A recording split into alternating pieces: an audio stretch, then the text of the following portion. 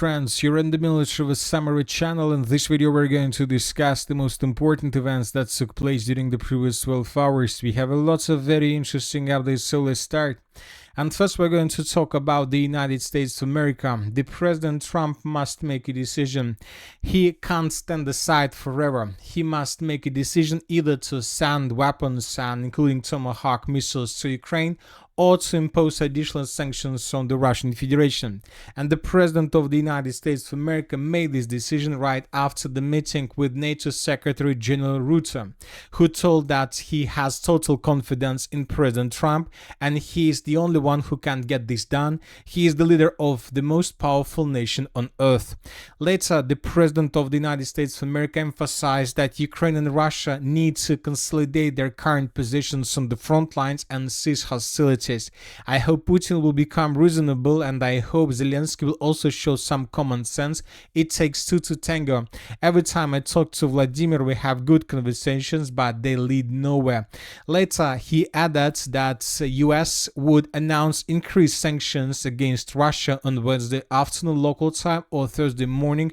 And according to information we have, the President of the United States of America published this article, this document on his social networks. And according to this document, Trump published messages about new Russian sanctions. And according to information we have, the United States of America imposed sanctions on Russian oil refineries and oil companies. So they imposed sanctions on the biggest oil companies of the Russian Federation. And a few hours later, we got another important piece of news, this time from the European Union. The European Union has approved the 19th package of sanctions against Russia. This includes a ban on LNG supplies, which will come into effect in 2 stages. New restrictions are being introduced on the travel of Russian diplomats. An additional 117 vessels have been added to the sanctions list. Banks in Kazakhstan and Belarus and 4 companies linked to Chinese oil industry are also subject to sanctions. So this is most likely is going to be a very powerful attack against the Russian Federation. But according to information we have, as a result of these sanctions, the price for oil has increased. Anyway, let's wait and see what is going to be next. But obviously, this, let's say, sanctions will deal a long-term effect, but not during the short period of time. So let's wait and see what is going to be next. But now let's discuss the situation on the ground. During the previous 12 hours, we received lots of very interesting updates. And first, let's talk about the Zaporozhye direction. According to information we have, during the previous 24-48 hours, the Russians managed to improve their positions to the south of the settlement of Novodanilovka. I would like to remind you that several days ago, the Russians launched their offensive operation in this area, and most likely as a result of this attack, the Russians managed to shorten the distance to the settlement of Novodanilovka and to capture some positions along TO 408 road. As for the settlement of Mala Takmachka, we still haven't received anything that can confirm whether the Russians managed to improve their positions or to capture the settlement completely. At the same time, the Russians continue their offensive operation on the eastern Zaporozhye flank, and today we got reports from the settlements of Yegorivka and Danilovka. In this picture, we can see the bridge that connected the northern and the southern part of R85 road that connects the city of Pokrovsk and the city of Gulay-Pole, and the sources are saying that the Russians destroyed this bridge across the river of Volcha or the river of Yanchul several days ago, and this is a very important piece of news because we see that now the Ukrainians to the south of this bridge have huge problems with logistics. Furthermore, during the previous 24 hours, we received lots of videos from the settlement of Yegorovka. In this video, we can see how Russians were bombing positions of the armed forces of Ukraine. I would like to remind you that somewhere a few weeks ago, Russians made attempts to attack the settlement of Vishnyovo, and according to pro-Russian sources, the Russians managed to get the village of Vishnyovo from the east, but most likely later the Russians were forced to fall back under Ukrainian pressure. And now the Russians decided to outflank the settlement of Vishnyovo and to capture first the settlement of Privili, and now the Russians moving forward in the northwestern direction towards the village of Yegorovka. So it seems that this is the plan of the armed forces of the Russian Federation. During the next day, during the upcoming day, we are waiting for additional updates from the settlements of Krasnogorsk and Privili. I would like to remind you that yesterday several pro-Russian sources reported that the Russians began offensive operation in the direction of this village, and most likely the village would fall in Russia's hands in coming days. Now let's discuss the situation in the Novopavlovka direction.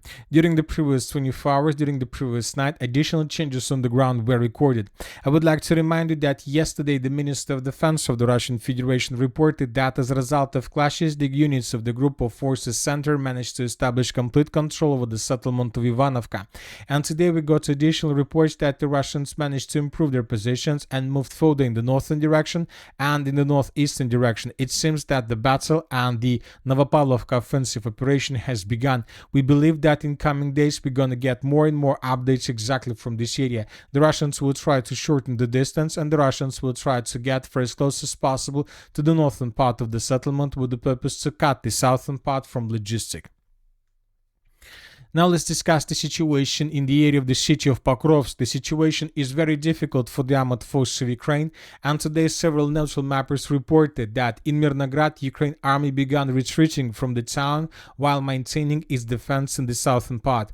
The Russian army has established itself in Stepna and Peshchany streets, where it is attempting to advance toward the Terikon of Mine 5/6. In Pokrovsk, Ukrainian forces also began to withdraw, but to a lesser extent. So the sources are saying, pro-Russian resources, pro-Ukraine resources, and neutral sources are saying that Ukrainians began retreating from the city of Pokrovsk because most likely there are very high chances that Ukrainians could be caught in cauldron in coming days or maybe in coming weeks. During the previous 12 hours, as you can see, additional changes on the ground were recorded. Let's discuss them in details. According to neutral mappers, the Russians improved their positions in the central part of the city to the south of the railways. Furthermore, according to neutral mappers, the Russians improved their positions in the southeastern part of the city of Mirnograd by taking on the control positions, constructions and buildings around the Dmitriev mine, which is located in the southern part of the city. Furthermore, the pro-Ukraine resources published very interesting video from the most northern part of the city of Mirnograd. We're talking about this one, and here we can see how a Ukrainian drone was flying above this area, and the author of this video stated that the Ukrainians were carrying out a reconnaissance operation with the purpose to discover possible positions of the sabotage and reconnaissance group of the armed forces of the Russian Federation.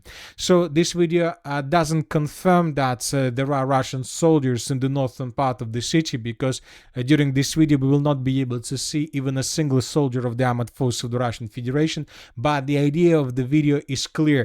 The Ukrainians are searching for Russian soldiers in this part of the settlement, which means that most likely during the previous days the armed forces of the Russian Federation managed to answer the northern part of the settlement of Mirnograd, and currently the Russians are trying to consolidate their troops with the purpose to establish a very powerful foothold in the northern part of the city. If the Russians are able to do this, of course this can lead to complete encirclement of the city of Mirnograd without any chances for evacuation. Another important update is coming from the settlement of Rodinska. The Russians started clashes and fighting for the territory somewhere on the 11th of August of 2025. This is the moment when we start receiving that the first Russian groups managed to capture mines around Rodinska and to answer the settlement itself. And today pro-Ukraine resources published this video, and here we can see how Ukrainians, how FPV drone operators of the armed forces of Ukraine were attacking positions of the armed forces of the Russian Federation in the area of the city of Rodinska in its southwestern part. So one of the episodes took place exactly in this area. The Ukrainians attacked this building with FPV drone, and based on this video, based on this report, and based on different mappers, we came to the conclusion that the Russians managed to capture the southwestern part of the settlement of Rodinska, and that the Russians continue advancing.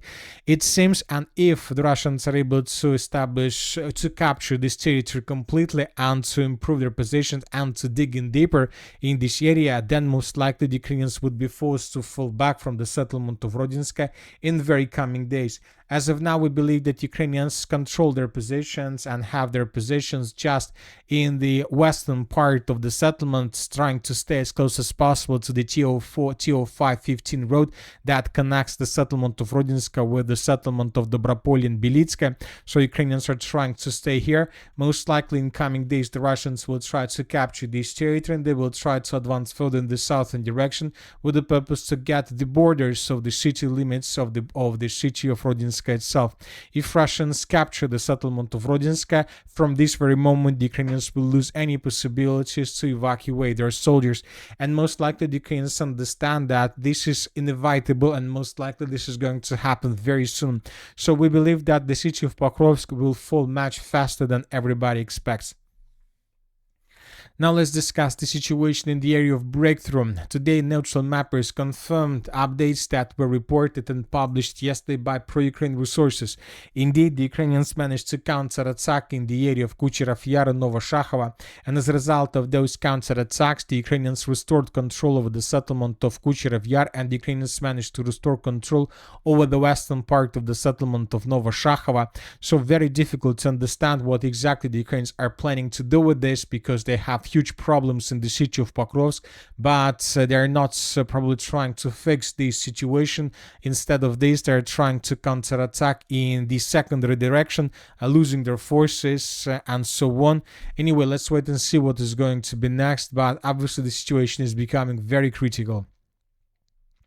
As for the city of Konstantinovka, this morning we start receiving lots of updates published by different mappers, by pro-Ukraine, especially by pro-Ukraine resources, that the Russians, as a result of offensive operation, managed to improve their positions, to break through Ukrainian defense in the southeastern part of the settlement of Konstantinovka, and to capture this part. So this report was published by neutral mappers and by pro-Ukraine resources, So if this information is correct, then we can say that today we receive additional proof that the battle for the city of Konstantinovka has begun.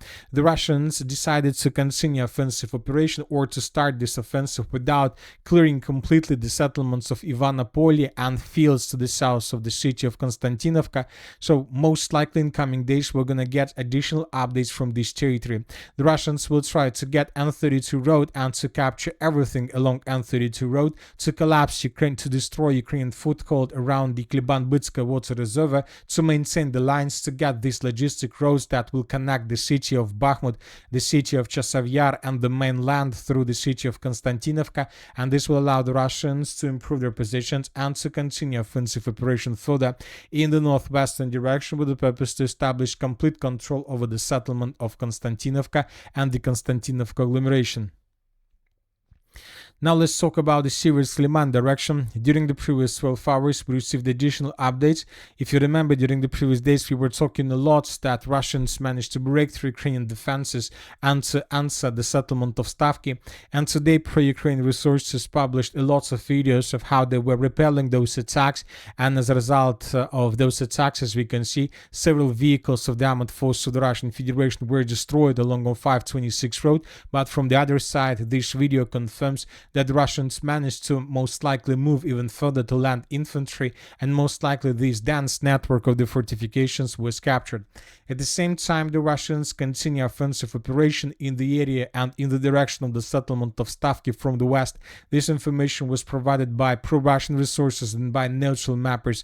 The Russians captured another stronghold, another dense network of the fortifications from the west, and now the Russians are trying to attack Stavki from two directions.